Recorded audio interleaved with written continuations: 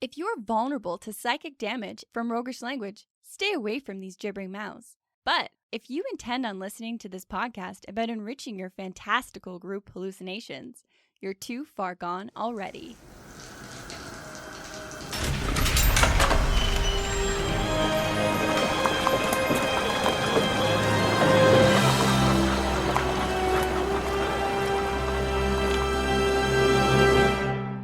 Your next game is going to be cool and aloof, and here's why. In this episode, we find some answers to what are the traits of rogues that make them so interesting. How can these traits betray us when we're trying to play a badass? And how we think through a rogue a little more to bring out what's in our heads. Welcome to the Hook and Chance podcast. I'm Travis. And I'm his brother, Jordan. So you and I both have rogue characters that we love to death. A lot of knives involved. A lot of sneaking about. My first version of my rogue was the most stereotypical rogue I think anyone could make. Definitely that edgelord feel of I'm broody and moody and leave me alone and I work alone and I do all of it. Whatever. Classic roguish traits. Classic rogue. We get to that place because they're fun. It's cool to play these kind of characters. They're the coolest characters from movies and books. Batman. Han Solo, of course. Oh, Han Solo's a great rogue. You've got the character from The Count of Monte Cristo. Oh, wow. You're going rogue with Edmond Dantes? Hell yeah. What else would he be? Come on. He's just brooding for years and calculating his cold revenge. Touche. I can't think of a better fit for that. One of the best stories ever. Rogues have it. That is one of the best revenge stories of all time. Speaking of revenge stories, you got Wesley from Princess Bride. Yeah. He's a great rogue. You got Catwoman. She sits on that edge of trustworthy and not trustworthy and betrays you sometimes and is your best friend the other. Yeah. Robin. Or Robin is in Batman's sidekick. No. You just took all the wind out of the sails of cool rogue. Putting the wind back in. Locke Lamora from the Gentleman Bastards. Ooh. Yeah, in that book series. He's a good rogue. Yes. We're going to stop eventually. But there's so many rogues we love. So many rogues. You've got Rorschach from The Watchmen.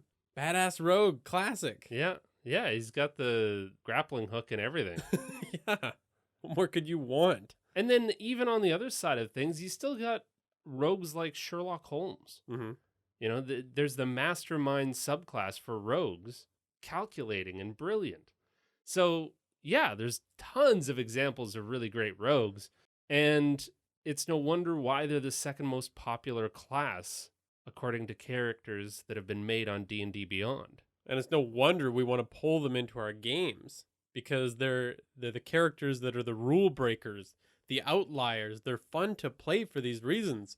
They work against the wrongs of society in these fantasy worlds. And they usually skirt that morality that ties a lot of people or the legal implications of doing a lot of the things that we want to see done. Yeah. And rogues just don't give a shit about your rules. You can just do it in They role-playing spit on games. your rules. Yeah. I slice your rules out of your heart. Jesus. That's what rogues do. You really amped that one up. Yeah. And there's a great opportunity for a hero arc in most rogues because true to Han Solo at the beginning of Star Wars, where he's aloof and he doesn't give a shit and he's only in it for the money, and it's so damn satisfying when he swoops out of nowhere to help the Rogue Squadron defeat the Death Star. And that's what makes rogues so good. So they do kind of have to be shitheads, but when they're bad, holy hell, are they ever bad? It's so easy to go the wrong way with these character traits in games. The one that makes my skin crawl to this day is that's what my character would do. Which is the ultimate scapegoat for I'm being a dick at the table and I want an excuse to do it. Yeah. And so my character is a dick and I don't have to be held accountable for any of my shitty role playing Yeah. that I'm doing. Kind of looking around and saying, that's the game we're playing, isn't it? I could do what I want. And I think the challenge with that is that ultimately players in a D&D game cannot go their separate ways without becoming an NPC. So you end up creating a ton of conflict if you don't do this carefully at the table, because the players can't get rid of you. So all of the other players at the table that are playing different alignments and very different characters have to somehow be in the same room with you without being implicated in any of the crimes that you're committing on the reg. And if they don't want to, the options are you leave the group or they kill your character. Yeah. Whenever people do play a rogue that does something like that, I'm absolutely on the side of being like, your character can't travel with the party anymore because you've tried to kill them and steal from them and disturb them, and why would they keep you around? Yeah. Yeah, and the counter to that is that playing a goody two-shoes that gets along with everyone, it kind of sucks the fun out of the rogue, because you chose the rogue for a reason. Yeah. For a lot of different reasons, and one of them is that. So Immorality. immorality. So how do you play a rogue that's a shit disturber while playing a character that your party will like? You do what the rogues do best. Avoid the traps. Better yet, disarm them and breeze right through them. Let's do that in the strategy stateroom. This is the Strategy Stateroom, where inventive and cunning tactics are crafted for when they're needed most. So all of these tempting rogue traits are the role-playing traps that are super easy to walk into. And I think we should just get right into it and start rolling through these traps. Okay, so what's the first tempting trap of a rogue? I work alone. So you're writing your character and you're like, yeah, I want to be the lone wolf. Yeah. Yeah, so beyond the obvious problem of being in a party, like unless you're playing in a one-on-one kind of D&D game, this doesn't really work. Yeah, just it's kind of broken. Pretty black and white. But that hasn't stopped people from using this as a character trait. Yeah. And I've actually personally seen this. Like, I've been in games where the party the entire time, and how that really plays out is the party is constantly trying to cajole the lone wolf into doing stuff with the party. While they're meanwhile sitting there saying, what's in it for me? Why should I come with you? And I've literally had to be in games where the party had to pay the rogue to come on the quest, which is absolutely bananas. Well, I guess it keeps the story going and the rogue gets all the money. I guess, but like the entire time as the party, I'm just going like, well, then get bent. Yeah. Go somewhere else then. Stay Go here and don't go on an adventure, I find guess. your fortune elsewhere. There's clearly money in it, but not only are we giving you a portion of the loot, but then we have to pay for you to come with us out of our loot. Because you're now a hireling, I guess. Yeah, the player is constantly trying to leave. And boy, that gets to be really frickin' challenging. So, you know, it's amusing once. yeah. And the next time it's going to be infuriating. Yeah. 10 sessions down the road, the rogue's got some sweet loot. And everyone else is playing with their basic computer. It's just rolling in this blinged out cart, just stacked high with a personal guard. Hop in the back. I need protection for all my loot from you assholes that keep paying me. So, okay, as fun as it is to complain about it, how do we turn this into something actually playable? Yeah, so disarming this, you could need their help to accomplish a mission that's a part of your backstory. I think that's the easiest way to really do this and accomplish this, is say, you know what? My rogue, in one way or another, needs something from either one of the party members or all of the party members, because they're the most likely to help you complete this task. Yeah, and you can work through your issues of being that lone wolf and kind of go through that character arc like every great rogue in the movies does. What if one of the other players in the party has like a secret map tattooed on them that you need to keep by, a la Prison Break or something like that? Yeah. That could be kind of cool. Maybe the rogue character has been hired by someone else to track one of the party members. Oh, that's interesting. A little secret. Yeah, nothing wrong with keeping things from the party as long as it's interesting to the story and doesn't work against them. So your rogue is now playing the good guy in the party. And, well, I mean, that could lead to some really cool character transformation as well. If your rogue was hired to get close to one of the party members and follow them and understand them and hunt them and just like get really close, like you're a mole Yeah. in the group, only to find out that maybe you've been duped by the person that hired you. Yeah, maybe they turn out to be the bad guy. And then you've got that cool story moment of like, I started this with bad intentions, but now we're allies and I need your help to get back at the original hirer. And that secret coming out, that creates drama and interest and tension. And I think you can still play a rogue that works alone and is a lone wolf if, I mean, downtime activity. How long does it really take to get through a dungeon? With a smattering of combat and you go into a dungeon, you come out, let's say a week?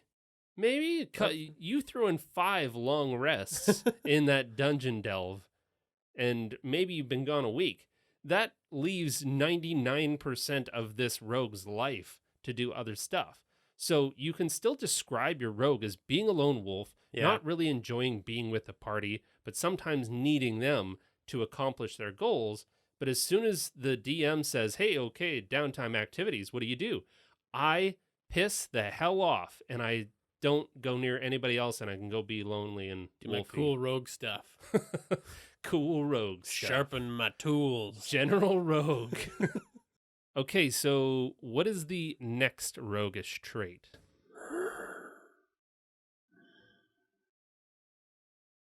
Are you just breathing into the... Oh. What are you doing? I'm the strong, silent type. Ah, yes. The inevitably cool sounding, but ultimately annoying character that doesn't say anything at the table because you're playing the role of never participating in this role-playing game as the strong, silent type. Got it. That stands in the back and waits for action. So how that really plays out is, like I alluded to, never contributing to a session other than combat. Yeah, like I think I have fallen into this trap before, and I think I'm going to be the cool dude that just intimidates from the back of the room. But then since D&D is a verbal role-playing game, like that's how things come out in character, is through what they say for the most part, I realized that I wasn't playing the game at all. I was Look at just that. sitting there. You tricked yourself out of playing a fun game. Yeah. You rogued yourself right out of that I one. can only breathe so hard before people start talking over me. What have you been doing this whole game? Didn't you hear how hard I was breathing? That's annoying. So, yeah, I think it's super easy to forget that playing out a brooding character just looks like a brooding player. You're just angrily sitting there. Doesn't seem like you're having a good time. And I know these sound funny and ridiculous that anybody would actually kind of do this, but this happens to new players all the time. It happened to me. Yeah. I did it. That's why we're making fun of it, because we've Yeah. both done it to some degree. We have both fallen into these traps hard Yeah. and found our way out. And so how do we actually disarm a character like this? Well, I think that you can be a powerful, imposing presence, but that's just going to require thinking about describing things that aren't your words. So, yeah, body language, like it's totally possible to just say, this is what my character's doing rather than this is what my character's saying. So during the negotiations, you've got the party face, obviously the bard. Of course, it's the bard. The bard is up front making the negotiations, but your rogue can still intimidate from the back by sharpening a knife or like crossing their arms and maintaining eye contact, slowly shake your head in response to the bard's romantic advances on the ship captain that you're negotiating with, and describing everything they do, because a character has so much that is going on that is totally nonverbal. And you can even be the center of the scene sometimes. Like if you want to try to negotiate with someone or intimidate them without just flexing your muscles in the back of the room.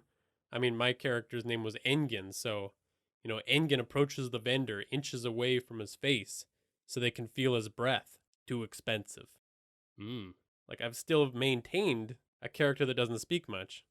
And even doing things through actions and touching and stuff like that that has an imposing or a dangerous quality to it, like rogues want to have. Yeah. But the thing that comes to my mind is in The Dark Knight Rises, when Bane puts his hand on the guy's shoulder and it's just an open palm on his shoulder, but holy shit, is that intimidating. Yeah. And he doesn't have to give a long-winded speech. You can still be silent and strong, but Bane encapsulated that perfectly with the, do you feel in control? Yeah.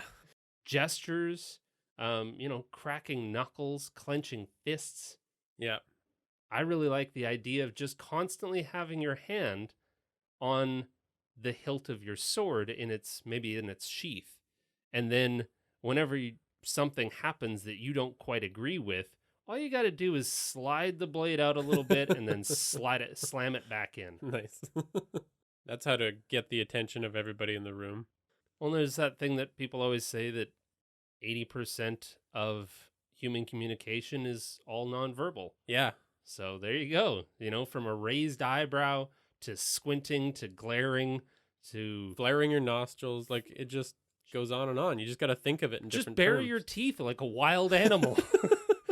Just sit in the corner and just grimace and growl. But you have to describe that in the game. Otherwise, the rest of the people at the table have no knowledge of what you're doing, and you're not really participating unless you are interjecting with really well thought out pop-ins like that. My character is sitting at the far side of the bar, and when he overhears this part of the conversation, he just turns and snarls in their direction. Cracks his neck. There you go. That's a good one. Just a good solid neck crack. And it's like, okay, it's about to pop off. And I think another thing to keep in mind with this is just like verbal communication, you're always saying something different. Like, don't just go to the same thing every time, or you do kind of become a bland character again. But just note down 5 kind of things that the rogue is known to do. Fallbacks. Yeah, and then good fallbacks. Pepper in creative things. All right, moving on. So what's your next trait? I steal whatever I want, whenever I want. Even from my friends. I knew you were going there. I knew you were going to steal from your friends. And honestly, so does everybody else. That's what my character would do. So how that really plays out is losing friends that you've been playing D&D with for a long time. Usually, yeah. Every time I see this play out, and honestly, it's a very common thing.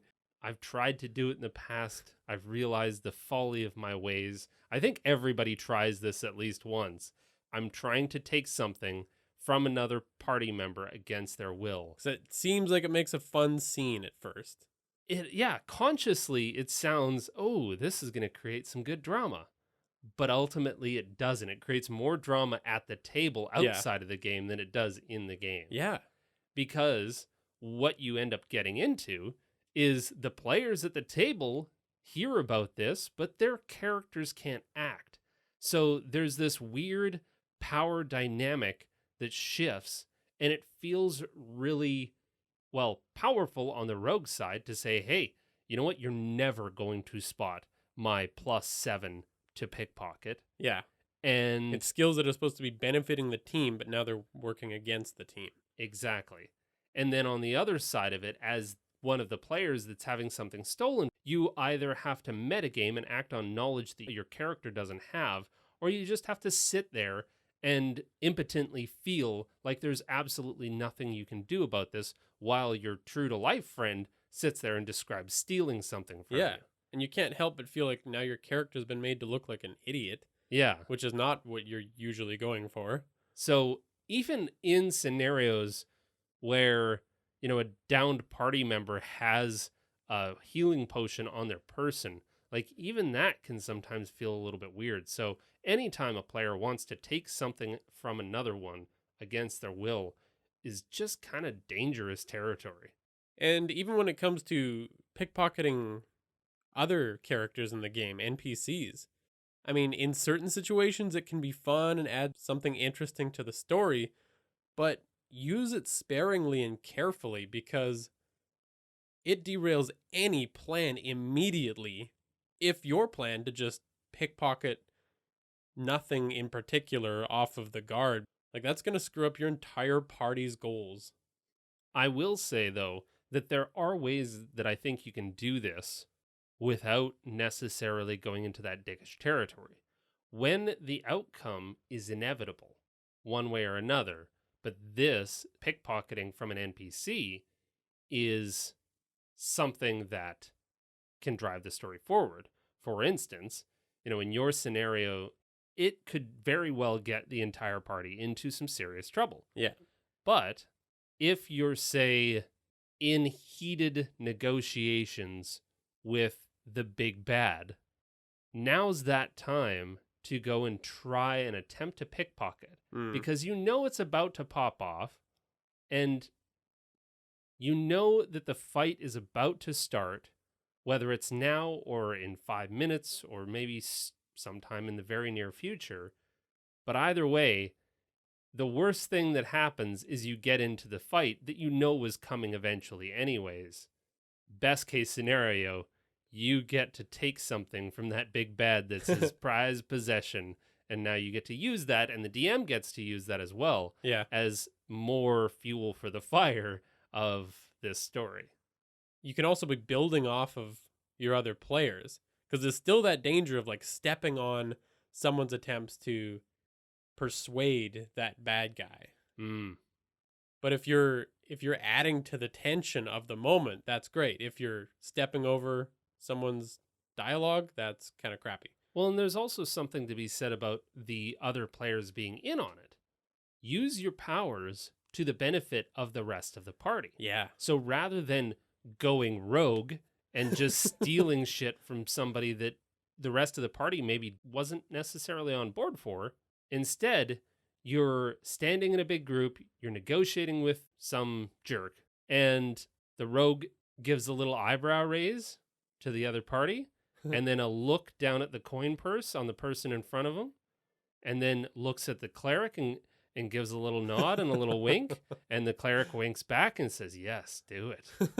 Once you can get everyone else, now all of a sudden everyone at the table is going to be just desperately awaiting the outcome of that roll. Yeah. Knowing that it's either going to be a fight if they notice or they're richer if they don't. And now the rogue is working for the party rather than working against the party by just creating and sowing chaos. And those party members can even create a distraction at that point. Oh yeah, then the party says, "Oh yeah, I'm going to try and draw their attention this way." And "Oh yes, please Emperor, come this way," and guides them towards the painting hanging on the wall or something while the rogue does the roguey stuff. Teamwork. With this one, you can have that one thing kind of be your character's weakness too. Just super cliche, but if my rogue loves jewels and the party knows that, then they can kind of like, oh shit, there's a jewel on a pedestal right there in the middle of this tense scenario. Who's got eyes on the rogue? Let's like cut them off of the pass and try and help them fight their nature on this one. Yeah, and rolling some kind of save to overcome your desire to go and steal that. And yeah, if everyone else is on board and the entire party knows this, then it's so much more fun than just the rogue wandering off mid-conversation with the diplomat, Yeah. grabbing and trying to steal the ruby and then failing. And now all of a sudden everyone's in combat with a really important NPC Yeah. of the story. Don't be in a boo. Don't get Aladdin trapped in the Cave of Wonders. That's such a random. Don't be in a boo. Got it. All right. And the final trait. I care about 3 people. Me, myself, and I. All right. Yes, this one I'm very familiar with, as I was left to die by a party member who just said, "Nope, I'm out." Really? Who was this? Honestly, I forget. I've blocked the memory. It was very traumatic. Painful for you. So, yeah, how that attitude really just plays out is screw everyone else. I don't give a shit. I'm not going to help you fight the bad guys. I'm going to do my own thing. I'm going to... During combat, I'm going to go and loot the room so I can beat everyone else to the punch. Yeah. Oh, that one. I've seen that before. As you're trying to stay alive, the rogue is taking the stuff secretly and rolling stealth checks to do it without you noticing. Oh my goodness. Oh, so painful. This is so frustrating. But it happens a lot.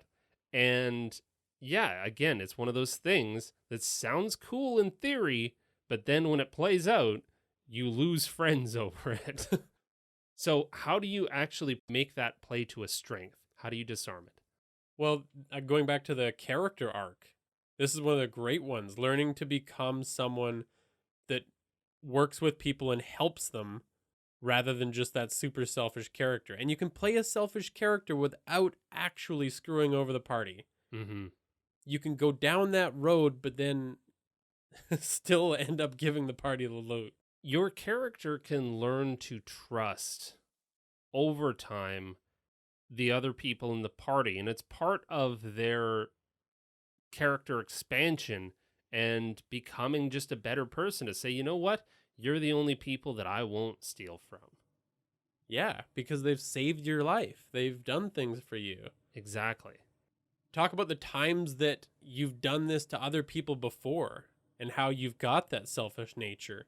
Express that through roleplay. And then when you're not that way, it's a huge deal when you come through and actually do the heroic thing. Well, and further to that, you can describe this backstory of really shameful behavior.